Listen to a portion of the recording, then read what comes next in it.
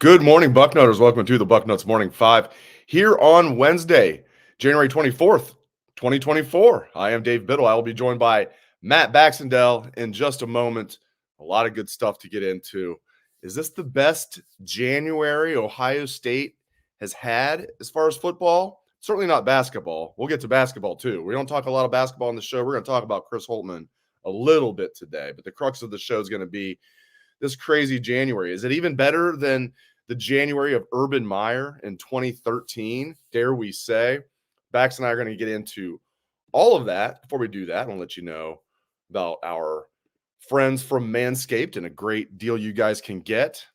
Roses are red, violets are blue. Trim your balls and your date will thank us too. What's up, fellas? Valentine's Day is knocking, and Manscaped is the remedy for what the love doctor ordered. His prescription, the all-new Performance Package 5.0 Ultra, designed to elevate your grooming game and shine like the heartthrob you are. Join the 10 million men worldwide who trust Manscaped with our exclusive offer. Go to manscaped.com to snag 20% off plus free shipping with the code Bucknuts. And for the bearded kings, Manscaped brings you the Beard Hedger Pro Kit, designed to shape your scruff effortlessly. It sculpts cheek lines and maintains beard styles, giving you that suave look for your romantic moments. Seamlessly handling even thicker beards, it's the perfect tool for a polished, date-ready appearance. Get 20% off and free shipping with the code Bucknuts at manscaped.com. That's 20% off with free shipping at manscaped.com and use the code Bucknuts because your grooming upgrade awaits, ready to charm your Valentine's dates. There you go. All right. Let's bring in Bax. Morning, Dave. Time for me to entertain you with the ad read there. How you doing, my friend? Oh, I'm having quite the week. I guess it's been an interesting January for all of us, hasn't it been? Yeah, and that's the crux of the show is, just like your award-winning column, The Bucket on Sunday, you wrote about how this is the best January that we've experienced as Ohio State fans and media. And you even addressed it's like, wait a minute, is it actually better than January 2013 when Urban was like, things like Von Bell happened and Zeke was committed, and it looked like he might go to Missouri, and then he came back to Ohio State. And it was just like, as you mentioned, it was like every day they were getting a guy. And that 2013 class was unbelievable. If they re-ranked it, it'd be in the number one class in the country. It was the crux of the national championship team. But I agree with you, man. This takes the cake when you consider all the guys they've gotten from the portal, all the guys coming back. Bringing Bill O'Brien in. This is the best January on record. Now, can they cash it in for a national championship? We're going to talk about that in a minute. But I agree with what you said in your column. This is the best January that I've experienced. Hands down, Dave. And I have to say, there has been some people that I've seen that aren't gigantically high on Bill O'Brien as the hire, and I think that's absolute craziness because their argument that they point at is, oh, he didn't do great as the coordinator at Bama for his 2 years, and I think that's absolutely mind-bogglingly dumb.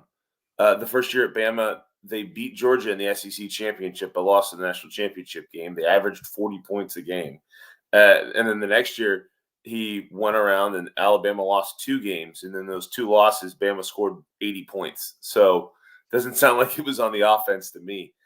People think the guy can't recruit. That's crazy. He got Christian Hackenberg, who was one of the highest quarterback recruits in the country a decade ago, to go to Penn State under sanctions. So there's a whole heaping lot of what I would consider misinformation about Bill O'Brien. I think he's an incredible hire for Ohio State.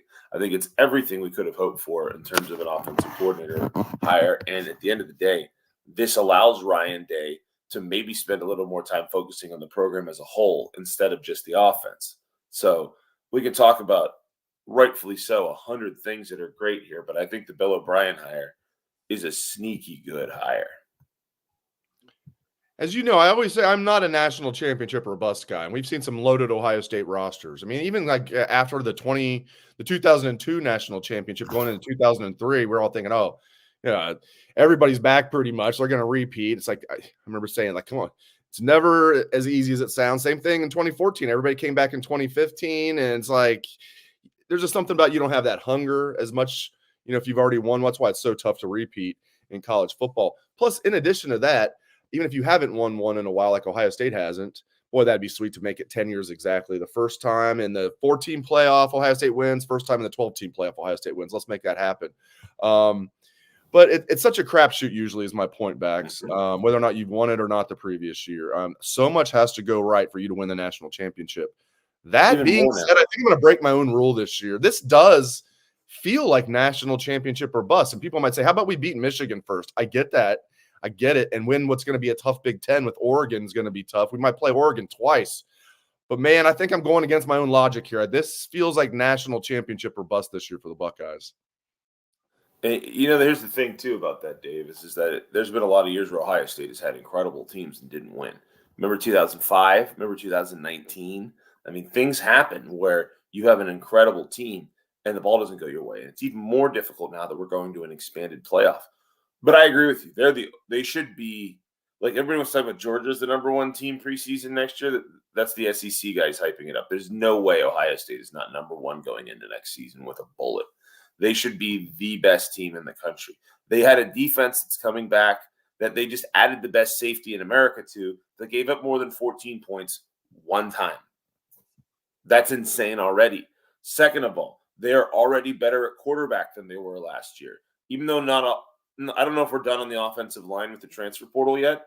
Most of that line is back. We've added a guy who started at center in the playoffs last year for Alabama. And they're all going to be a year better. And that's a position where people improve over time. I mean, who says Luke Montgomery might not work his way into the starting lineup? He was a big-time recruit. You bring back all these other guys at the skill position. You add Judkins from Ole Miss in.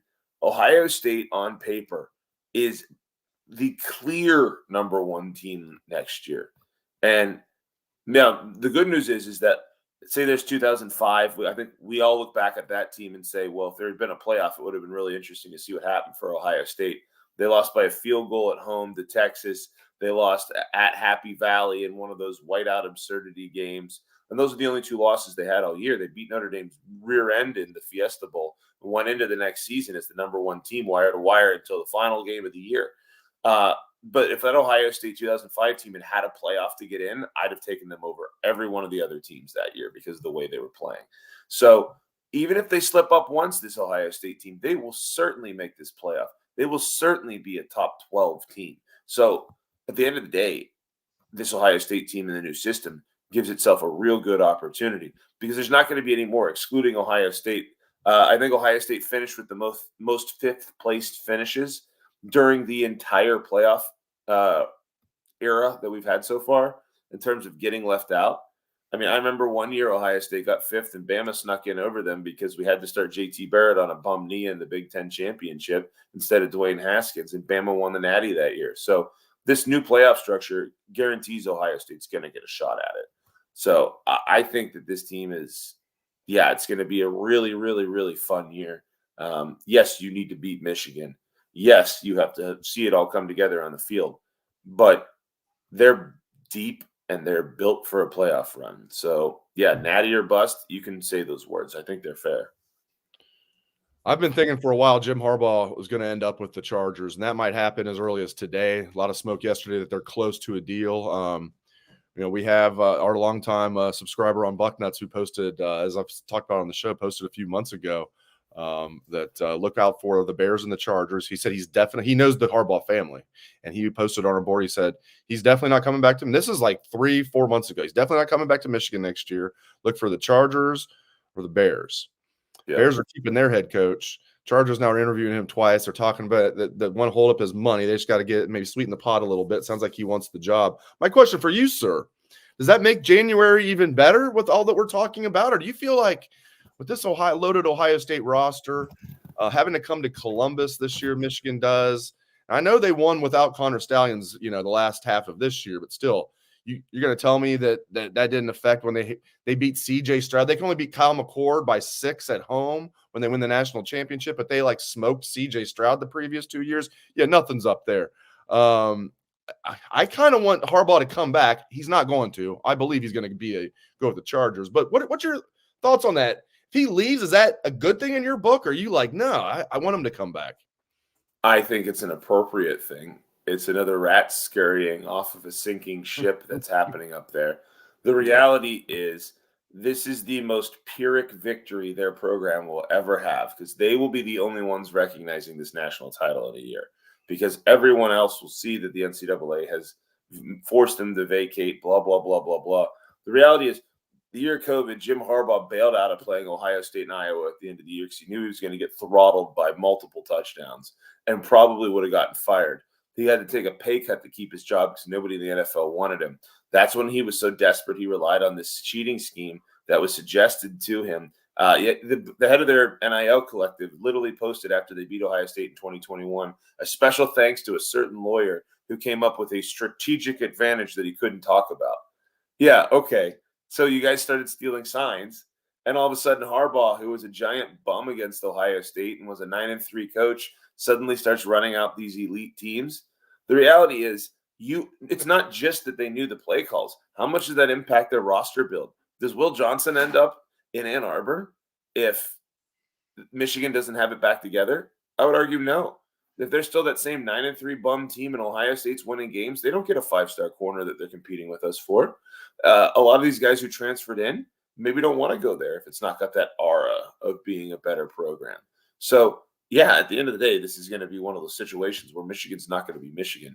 And Harbaugh is absolutely going to take this Chargers job. There's zero doubt in my mind about it. He's wanted the NFL for 2 years now. Remember he interviewed with the Vikings on National Signing Day? Oh, yeah. And thought he had the job. That was his second interview. And he thought the second interview was just fait accompli. Like, I've got the job. It's just, where's my office at? Where's my parking space at? And the Vikings were like, no, dude, this is like a real second interview. And then they obviously didn't hire him.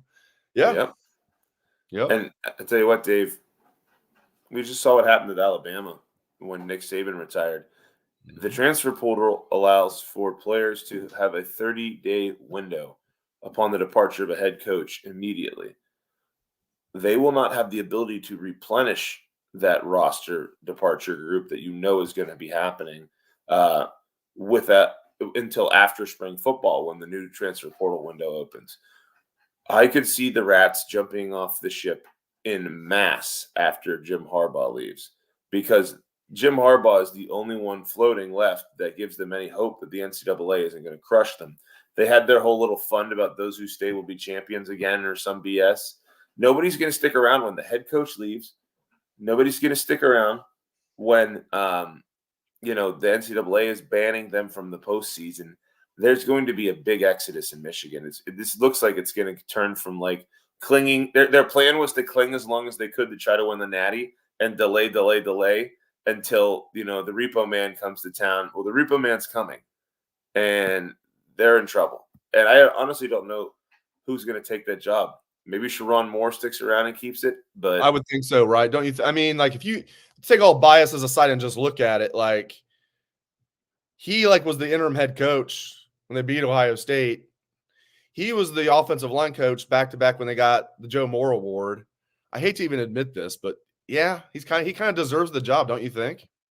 Yeah, I think he's the obvious guy, and I think he's going to be. I don't know how many outside people want to come into Michigan right now either, right? Like, you can't just call up somebody who you think is going to be a good coach and be like, hey, you're going to have a couple-year postseason ban and a major scholarship reduction and a bunch of people leaving. Take over at Michigan. Like, it's not going to work like that. I think Moore is going to be the one who's going to try to, pull on the heartstrings enough people to hold them together. He'll have a little bit of a pass from the fans whenever they inevitably have a couple bad years. And much like Kalen DeBoer at Alabama, you don't want to be the guy to follow the guy who won a national championship. So, I could easily see Moore taking over there and kind of struggling for a couple years. And then Michigan comes out of the scandal stuff and they find a new guy after that. That seems like the trajectory that I would expect, assuming the NCAA ban hammer comes down upon them like everybody expects. Yeah, it's going to be interesting to follow. Yeah, we've got some people saying if Harbaugh does go to the Chargers, he's going to take some assistants with him. He will. He'll take Jesse Minter with him, their defensive coordinator. Sounds like he's also going to take his kid with them. Everybody who's getting implicated in the scandal, Dave. Well, Chiron Moore, Connor Stallions wasn't just whispering sweet nothings in Jesse Minter's ear. We have him on film also whispering sweet nothings into Chiron Moore's ear. So those guys knew exactly what was going on. That's why I hesitate to even give Chiron Moore any props. But like, you know, I guess if you look at it on paper, I guess and the guys like him, he'll probably get the job. But yeah, man. Yeah, Mika's exactly right. Let's just be real. Let's just be real here. Who knew at Michigan? Everybody knew. Harbaugh had to know. There's no way you just have some random kid, I call him. He basically, he looks like a kid. He's like 27 years old or something like that. Over on the sidelines, talking to your coordinators during the game. Yeah, that doesn't happen. You don't know what's going on. Like, give me a break. Give me a break. That's the thing too, Dave, is if Chiron Moore takes the job, the NCAA I can see coming down on individual coaches pretty hard too. And to me, like, there's so much video evidence of the coordinators on the sidelines talking to the sign stealing guy. It's hard for me to say that there's going to be any chance of them getting exonerated. So if Moore takes over, does he take over Michigan and then get a personal show cause while he's in the job? It wouldn't surprise me. It just would not surprise me. Or so you may be a head coach who has recruiting restrictions on himself while the program's getting firebombed by the NCAA. I mean, it's a real potential mess for them up there. They'll probably say there's no proof, even though I would submit to the court that Connor Stallions talking to him during the game, right before plays, and then magically them knowing what's going to happen. I would say that constitutes proof, but you know, whatever. All right, I agree. I want to get to this because we've had a lot of people address this. I wanted to get to if you think they need to get an offensive tackle, or if you think Luke Montgomery, Josh Fryer, Tegra, they're good now. Okay. Good morning from Germany. I love it. Here from Facebook. Mo GQ. Good morning from Germany, gentlemen. Do you possibly see Ohio State addressing impact players at offensive, defensive tackle? He says, I feel the trenches should always have high quality depth.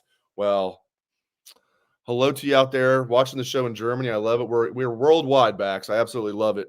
Now, I'd like to see them get an offensive tackle. I don't know if they will. Defensive tackle, I think they're good.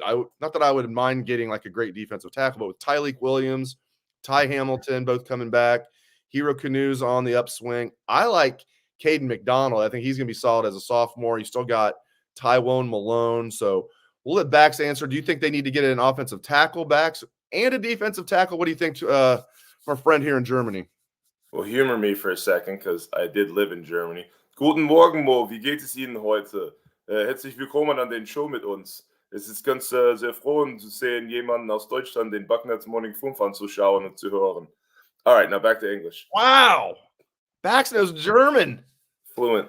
Anyways, so to answer Mo's question, though, yes, we need an offensive lineman, specifically tackle. Caden Proctor would have been like the dream addition that we just didn't have right now at this point. But at the end of the day, I have to think that we're going to be finding somebody else on the line as well. We need another offensive lineman for sure. I think that after the spring portal, we're going to be seeing another lineman come in. I don't know who, but let's find ourselves a tackle and go from there, because I do think, barring this is the thing, we can watch spring a little bit here and see if Luke Montgomery's ready, is Tegra ready. Let's see if some of these guys can go, right? But at the end of the day, I think we're going to end up adding somebody. I don't think there's been a high enough performance level. And the new version of Ryan Day doesn't care even if there is. He's going to bring someone in to challenge them. So I expect we'll see another offensive tackle. If we happen to get Hero Canoe on the show, I'm making sure that you're on that show with me, so you guys can just talk German. Natürlich. Wir können das schaffen. People are, and I'm impressed. People are very impressed here in the comments. Very. Hey, impressed. Man, I'm almost trilingual. And you know French. You know a little French too, don't you? Oui, je parle un peu français, mais mon français ce n'est pas bien. Je prends des mots en français les 5 mois. Je voyage à Québec à février avec mon fille. And what that says is that I speak a little bit of French, and I have been practicing for a few months because I'm going to Quebec next month with my son. Yeah, your son's a very good hockey player. You love hockey, so it's good that you're learning French. I went to France once, and the phrase I needed to know most was "Parlez-vous anglais?" Yeah. And, do you speak English? Parlez-vous Anglius? Yes. Who is the toilet? People are just. You might go viral for this. You might go viral. Yeah, I don't know about that. He's like, oh dang, French too.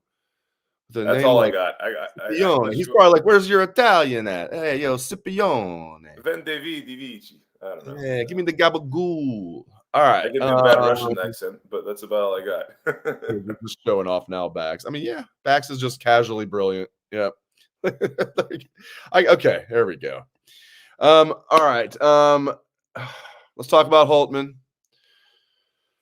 Oh, goodness gracious. We're in year 7 of the Holtmann experience. And here's the thing. I think in normal circumstances, let's say Ross Bjork was taking over February 1st and not July 1st. My point is the timing is just weird here. Now, can Ross Bjork basically do what he wants, even though he's AD in waiting, if he has the backing of President Carter, Ted Carter? I think so, yes. This would mean, though, Gene doesn't technically leave his post till June 30th, unless he leaves early. And Bjork will take over July 1st. It works out that way. So this would mean Gene would technically have to be the one to fire Holtmann, who he brought in, gave an 8-year contract to, which there's no reason then to give him an extension. It's like, Notre Dame was looking at him. It's like, okay, you bought into what his agent was telling you. If Notre Dame is looking into him, bye-bye. The response is not to then give him an extension on top of the 8-year contract you gave him. Anyway, so Gene not only hired him, he gave him an extension. Is Ohio State kind of stuck here? Are they going to have to do something like I did with Mata, where they don't fire him on when they should? They wait till the summer where it's a bad time. There's only a small pool of candidates. What's going to happen with Holtmann, Bax? Well, this certainly hasn't been the season we were hoping to see bounce back. Yeah, last night was bad. Yeah, I said last year after the season, and took a lot of heat for it from people, that I didn't think it was time to nuke him yet, because he had done a lot of good things early in his tenure. We had seen him kind of get Ohio State into the tournament most years. My view on the basketball program is we should be a tournament caliber team every year. And at the end of the day, we're not. And it seems like the trend line is going down. And so I think if Ross Bjork says it's time to get us a new basketball coach, then he's essentially going to be able to make that decision on his own. I won't be surprised one way or the other here. It may be put up or shut up year for him next year, but we've kind of seen that trend line go downwards here. You don't want to do what we did replacing Thad Matta. I remember thinking that, and that's part of the reason Holtmann got such a pass for me, was I remember him coming in and it felt like he had cobbled a roster together with duct tape and chicken wire, and somehow got a team to the tournament. And it was like, wow, he's reclassifying kids. He's getting kids to transfer that had committed to him where he was before, all this stuff. So it seems like the early Holtmann years were so full of promise, and I don't think he's ever really recaptured that the last couple of years. I mean, really since COVID. When COVID hit, we had a team. Remember the New York Times simulated the tournament and declared Ohio State the national champions? Yeah. It's been crazy to watch what's happened, because it's like there's a giant crisis of confidence around that team the last 2 years. They can't hit their shots when they're open. It's like the moment gets to them. I'm going to be very interested to see what happens there, because I don't really know what's going to happen in terms of all the power dynamics that are in place. I think if this was a normal situation, this would probably be the end of the Holtmann era. But because of that transition, who knows if that's going to impact it or not. I mean, does Gene want to go out firing his guy technically while he's still in charge? I don't see it. And I think at that point, Holtmann probably gets to let it ride for another year under Bjork, with the understanding that you better have a great year or you're gassed at Christmas. Yeah, I'm concerned that just the timing. That being said, there is a chance, even though the timing, because if they know through back channels that they have an upgrade lined up, and this is Ohio State. I mean, obviously football, and Bjork even said this, which I love. Obviously, football is king, and football is priority 1, 2, 3, 4, 5, and 6. But basketball still. This is a good basketball program, and if you look at the history of Ohio State basketball, those of us that know it. I think people that aren't familiar would be surprised with the history of Ohio State basketball. So it's going to be a coveted job. I think there's no doubt they could find, I don't want to say it would be easy, but I do think it would be pretty easy to find a clear upgrade over Holtmann. The money is going to be right. They got plenty of money to throw around, despite having to, I think Holtmann's buyout's $14 million. Ross Bjork's like Only 14 million? Oh, I'm used to like $95 million buyouts now. Being a little facetious there. I'm just concerned backs about the timing, but I do recognize the fact that if through back channels they really want to get something done, Carter and Bjork, they might just tell Gene, I know this is the guy you hired, this is the guy that you extended. You're going to have to, fire him on your way out, or maybe they'll just say this is Ted Carter's call. I don't know. I'm concerned about the timing, though. I really am. You just gave me the best mental image ever, which is Ross Bjork gets on the phone, calls up Les Wexner, and goes, Les, I need $14 million for a buyout today. And Wexner's like, what? Can I build like a arts building or something? No, I need the buyout money now. Something. Gene would never have done that, And I could see Bjork just calling up the rich alumni and everybody going, I don't care about buildings. We got to get rid of this coach. Abigail, is Les there? Is Les there? Les, what's up? Yeah, I'm seriously. Why not? Yeah, I need no less than $14 million. So, and while you're at it, build a hockey rink. He's like, I already built a hospital. Yeah, I know. I tell you what, my mental image of this guy is like him and the Leo and the Wolf of Wall Street, just calling people, trying to do deals. This is what Bjork is in my head. I need money now. We got to get rid of something. Somewhere on a yacht. Yeah, right. Flying around in his helicopter over campus. He's a cool guy. Bjork's cool. We were talking to him a little bit, just like not off the record, but it was just like when we weren't recording, and he was just like, we were saying, so when are we all going to get together? He's like, I really do want to get to know you guys. Maybe you guys can come over to the house sometime. We can have pizza and beer. We're like, okay, can we get that scheduled right now? Let's go over to Ross Bjork's house and have pizza and beer. I'm in for that. I'll send the helicopter. That's right. We'll do it on the yacht. All right, great stuff from Matt Baxendell. Wow. Speaking German, speaking French, speaking some English. Good stuff. The trilingual Matt Baxendell. I love it. Speaking bad English, but bon matin, mon ami. Great. Bueno. Great stuff. That's the extension of my Spanish. I got a little bit more than that, probably, as far as you know. Great stuff from Bax. Thanks to everybody for tuning in. We appreciate you guys very much. Hope everyone has a great rest of your day. Go Bucks.